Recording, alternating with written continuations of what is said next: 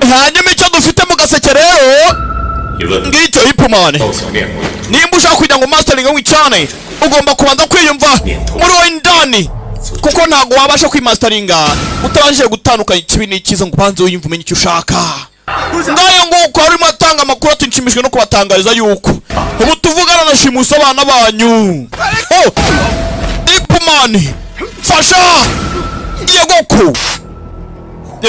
Huga muvandimwe Huga tekereza uri mu biki kwa amafaranga mu buryo nk'ubu niko nibyo umuntu bwa buri hehe. Yeah, coming soon. Akamukanya gahita gatangira direct. Ntabyo gutinda. Ntabyo gutinda.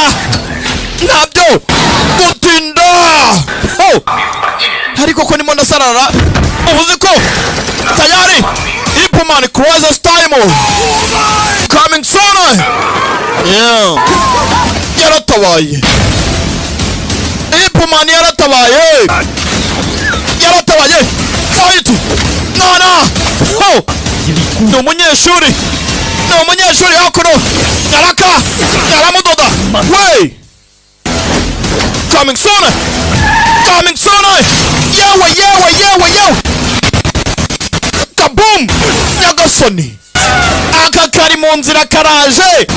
Ukimara kureba Human Shield ugenda ubabwira ngo aka nako mukame. Ipman Crisis Time. Crisis Time Ipman coming soon. Ndakazanye reka dutangire Human Shield. Abakise Human Shield ingabiturengera bodyguard umurinzi cyangwa se abarinzi. Yeah, Human Shield ngayo nguko niyo filime dutangiye ku munsi wa none.